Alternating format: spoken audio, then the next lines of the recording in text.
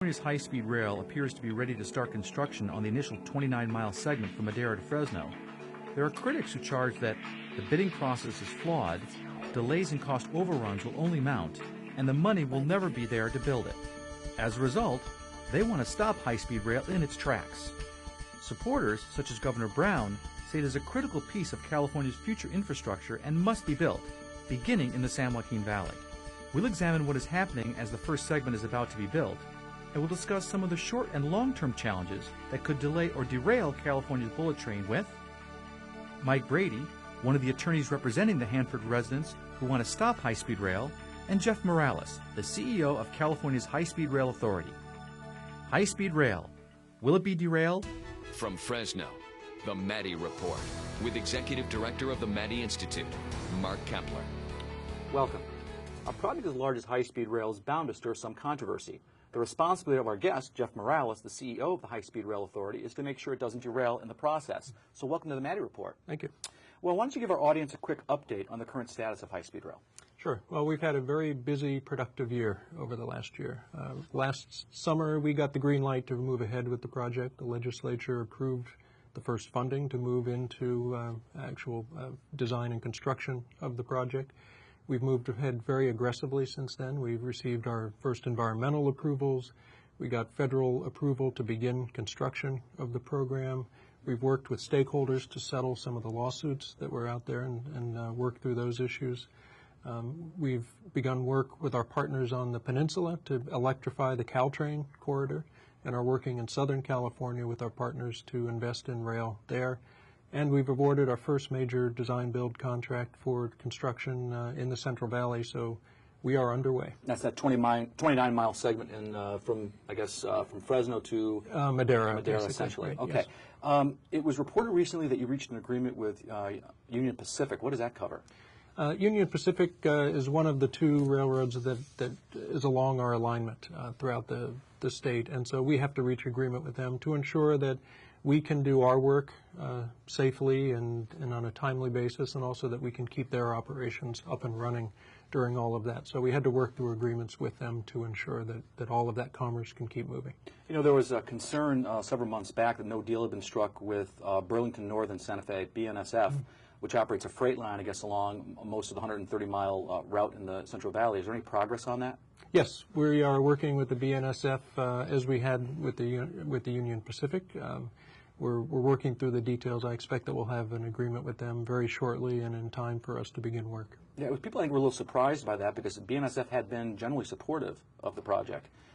Was that your understanding? Yeah, this isn't a question of support or opposition. I think they need to make sure that they're looking out for their interest in terms of their operating concerns, their long-term concerns about expansion. So it's really just a matter of working through those issues. There's no opposition or no reason to be concerned. You also, the authority recently approved $69 million to relocate utility cables on the 29-mile Fresno-Madera segment. Was this a surprise? Was this already in the budget? Now, this was always built in and always assumed. Anytime you're building any sort of infrastructure project, a road, a rail, anything, there are utilities in the way, whether it's... You find surprises. You find surprises, and, well, hopefully not too many. You find some, certainly, but we also know that there are, electric lines out there, gas lines, other water lines, things like that, and those all have to be either moved or temporarily or permanently, and so we budget that into the process. It's kind of like remodeling a house, right? You take down a wall and you find things you didn't expect. We try to minimize the surprises, but right, you never know what might be out there. The authorities board also recently approved establishing a contingency fund of $160 million to cover potential cost overruns for unanticipated expenses and risks. Does this mean you're concerned about cost overruns? No, we have really what is a state-of-the-art program for risk management to identify things that we may encounter during the course of construction that can't necessarily be quantified at the front end of the process. And we identify those risks, determine how real the risks are, and assign a value to them. And then we work to manage them. That's what that contingency fund is. Every public works project has a contingency attached to it. That's what our board just approved. It just allows us to manage the program. So they put like a certain percentage of money aside for the what-ifs, just in case? Exactly, because as you've noted, you can't predict everything that's out there. And so there are always unknowns that come up during the course of a project. Our job is to manage those unknowns as much as possible. Initially there was some concern about the institutional capacity of the authority, basically staffing. Right. How has that issue been addressed? That's something we've moved very aggressively on, and it was a concern last year, certainly when the legislature voted. We have, over the course of the last just over a year, grown from about 24 people to 80. We've brought on some very highly specialized technical people. One of them, for instance, the former chief engineer for Amtrak nationally, is now part of our program. We filled out our entire team. We have people out in the field, and that's paid real dividends in our relationships with stakeholders and other things. Okay. Well, while high-speed rail tries to stay on track, there's a lawsuit that's been filed to try to stop high-speed rail in its tracks. The conversation with the attorney who filed that lawsuit in a moment. This is the Maddy Report.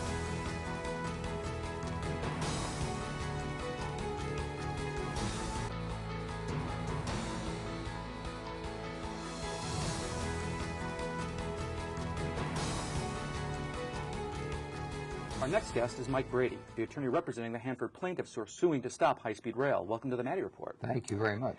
Well, first question is, what is the basis for your lawsuit? What are your claims? Well, we started this lawsuit back in November 2011. We had been trying to get high-speed rail starting in 2009, 2010 to comply with the law that was passed in 2008 to no avail. And so we were forced to come into court and file this lawsuit trying to get them to comply with the provisions that we were claiming were violated.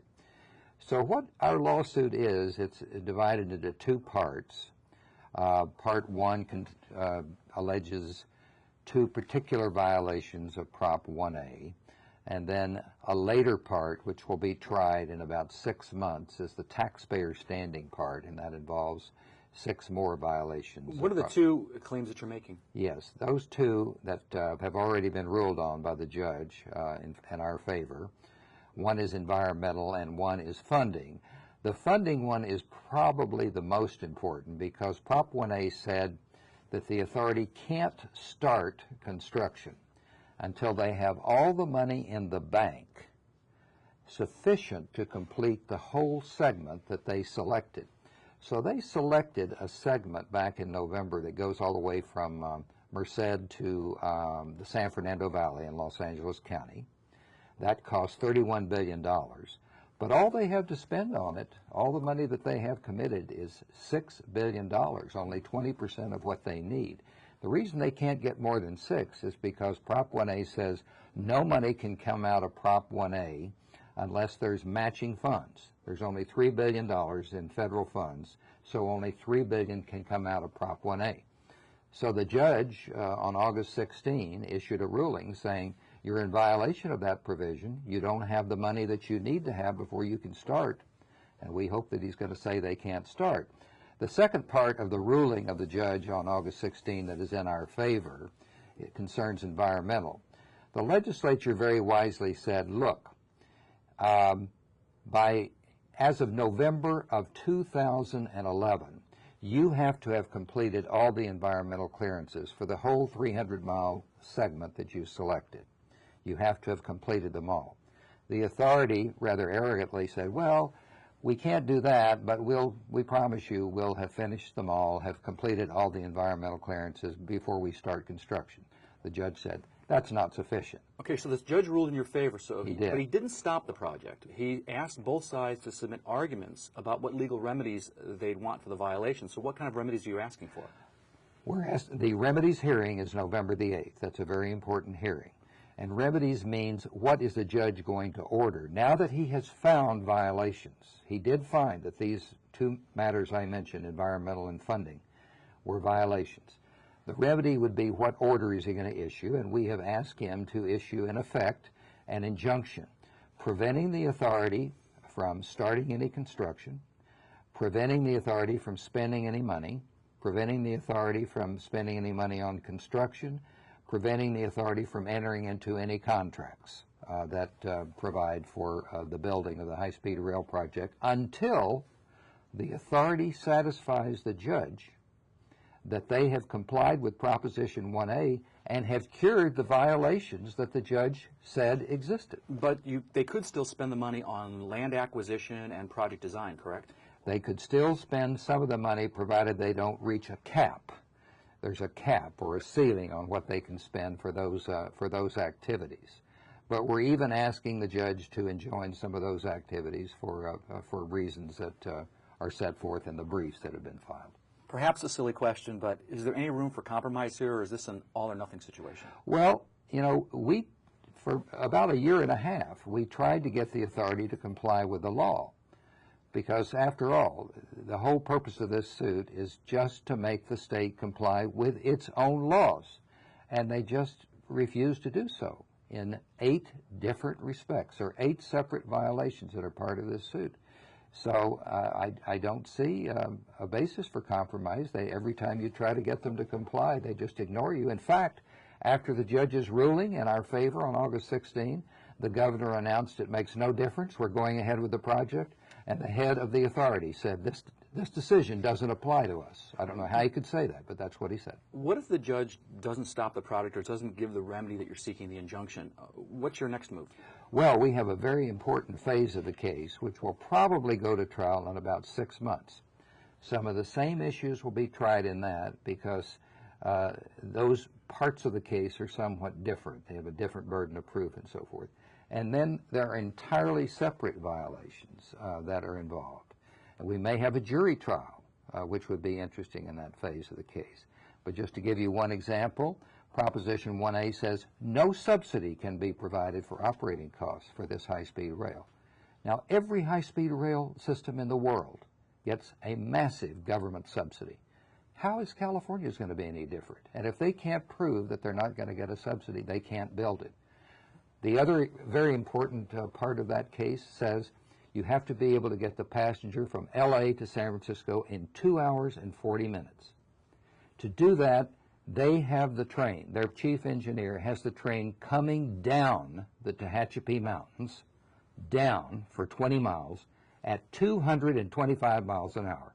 Now, I would like to ask your listeners, what passenger would get on a train going down a mountain at 225 miles an hour? Well, I guess we're going to find out. I want to thank Attorney Mike Brady for joining us. Up next, we'll hear from the High-Speed Rail Authority. What is their response? We'll have a conversation in a moment. This is the Maddy Report.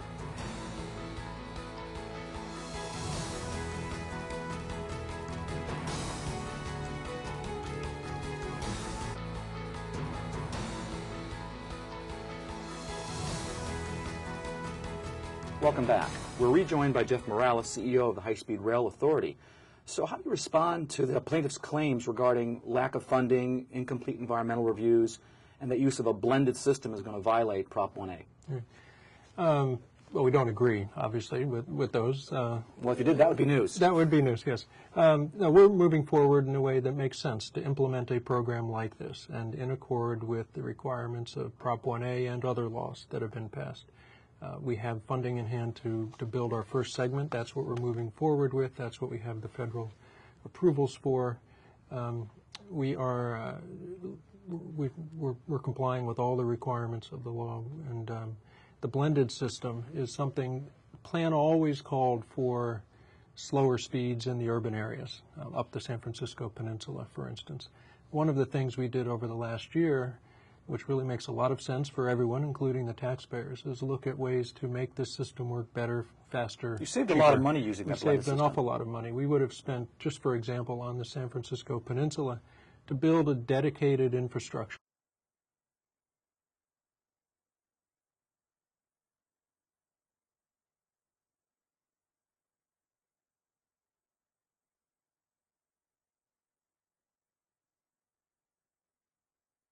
Our viewers, just so they understand? Sure. The vast majority of our system will be dedicated new infrastructure over which only the high-speed trains will run. In the urban areas and in the San Francisco Peninsula, for instance, we will share facilities with Caltrain, the existing commuter rail. But we will electrify that system and upgrade it in order to allow us to achieve the requirements we need there. But it's really making better use of existing resources, saving literally billions of dollars. Now, the judge, you lost initially in this lawsuit that's been filed by the folks from Hanford, but he said he didn't stop the project. He said he wanted the folks to come back and make some suggested remedies. What are you suggesting that the court do? Well, first, I would take some exception with the idea that we lost. I think there was a ruling on one phase at one point of time in the project about the submission of an initial plan, which then ultimately was modified and considered by the legislature. And so when they ultimately voted, they were voting on something very different than what had been submitted. The process allows for that and assumes that. The judge made it very clear that the legislature has the authority to act, to modify the plans, and to appropriate the funds.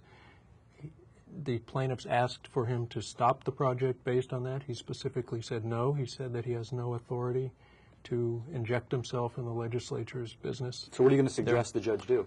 Well, we believe there is no remedy because there was no wrong, in that the wrong was corrected through the process. We're going to continue to comply with the law and make sure that this program can move forward in a responsible manner.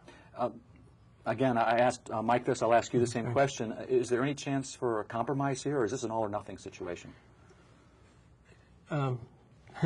I guess in light of what's going on in Washington these days, compromise is a tricky thing to come by, but we're always open to discussion and compromise. I think that's been evidenced.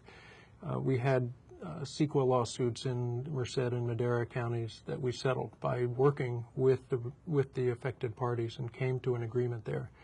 We've done the same thing elsewhere. So, I think the real question is, do the people on the other side, to Mr. Brady and those, what are they really after? And I think if they want to stop the project, that's probably not something that can be compromised on. Our job is to move forward with the program that the voters approved. What if the judge does something that you find just untenable? Then what? We're still in the legal process. I'm not going to speculate on what he might do. We don't think. Again, we don't see things there that would be problematic for us. He said specifically he will not try to overturn the appropriation. We are moving forward very much in accord with what the legislature did. What about this bond validation case that the same Superior Court judge is going to be hearing? What's that about? What is a bond validation case? Sure. Proposition 1A, among other things, it set out the authority for the state to move forward and begin the construction of high-speed rail and authorize the issuance of bonds to do that, almost $10 billion worth of bonds altogether. The bond validation is an action to ensure that legal challenges to those bonds get heard, and get heard at one time, so that we can clear the issues and move forward and not be subject to repeated lawsuits. Okay, what's the timeline on that? For the case and then the trial and the ruling? There was a hearing just a few weeks ago, September 27th, I believe it was. Judge Kenny here in Sacramento heard the case on that. A ruling should be coming out sometime in the next 90 days, roughly. Okay. When we come back, lawsuits aside, what's the future of high-speed rail? That conversation in a moment. This is the Maddy Report.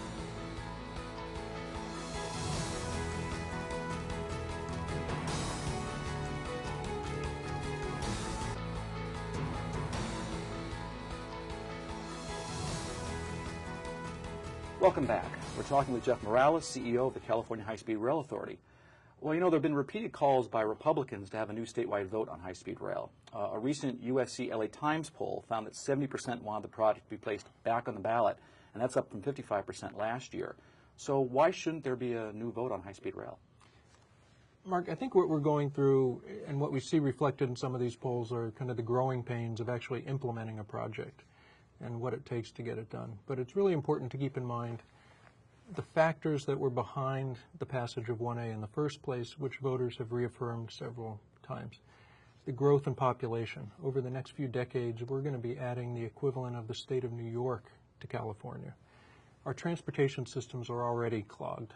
They can't handle any more traffic. We're not going to double deck I-5 or the 99. It's just not going to happen. We have to make investments like this in order to continue to grow as a state, in order to maintain our quality of life. That was reflected in the very same poll that talked about There was that. some good news there. There was some good news. I think people said, again, the underlying reasons for moving forward, they still see them, they still believe them. I think our job is to continue to find ways to make this program more efficient, more effective, bring down costs, accelerate improvements. Since I cited that one statistic against you, I want to be fair and cite the statistics for you, that 61% in that same survey said that they think it would help reduce traffic on highways and at airports, and 65% said they thought it would create jobs. So there was some positive news inside of that survey as well. Construction was scheduled to start at the end of 2012, then in early 2013, then in July, then in September. Still, nothing's really started. No dirt has been moved. So what do you say to those who question whether high-speed rail will ever get built? Well, we're underway. We're under contract. We're underway. Our first major contract is a design-build contract, meaning the contractor has to finish up the designs before starting the work. One thing I want to go back to your previous question a little bit, and you mentioned jobs, and it's a very important issue, particularly in the Central Valley. Where you look, the unemployment rate is 50% higher than the state average. It's about twice the national average. One of the things that this program will do is, for the first time ever, connect all of the population centers of the state together. Fresno, Bakersfield, with the Bay Area, with the LA region. Every other previous major infrastructure investment in the state has left out the Central Valley. This is a very important project for that and for the future of the state. I want to ask you about eminent domain. There might be some property owners along the line that don't want to sell. So you go into eminent domain proceedings, but that could be a 1 or 2 year process as that gets taken care of. Is that going to make meeting the federal and state guidelines more difficult?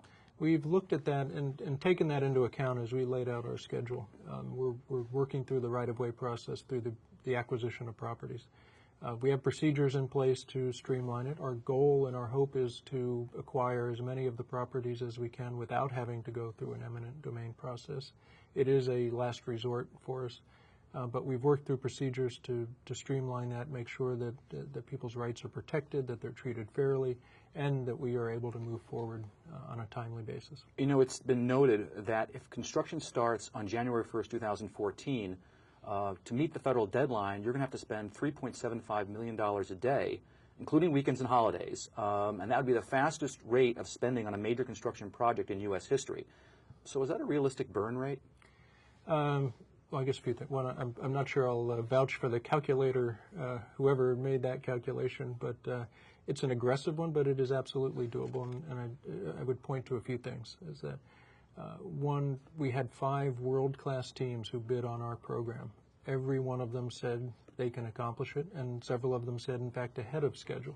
One thing that's different about this program than what people may normally think of is we're talking about building over a very long stretch. So we could have, in effect, over a 30-mile stretch at this first project, 4 or 5 projects, in effect, going at the same time. So it's very hard to compare our project with a typical one. The House Transportation Funding Bill includes a Republican draft amendment that would require the Federal Surface Transportation Board to consider the project in its entirety rather than in segments. What would that mean for the project, and how does that impact your ability to secure private funding? One of the cornerstones of the program has always been the involvement of the private sector, and we have very active interest from the private sector in being a part of this program. Anything that is done in Congress to arbitrarily limit participation, and it certainly can have an impact, a negative impact on that. And so we're working to see that doesn't happen. That's not helpful, and the project should stand on its merits. Okay, we've only got 30 seconds left in the program. I want to ask you one last quick question. That is, what are the key dates going forward in 2014? What should people be looking for as a timeline? Well, a number of things.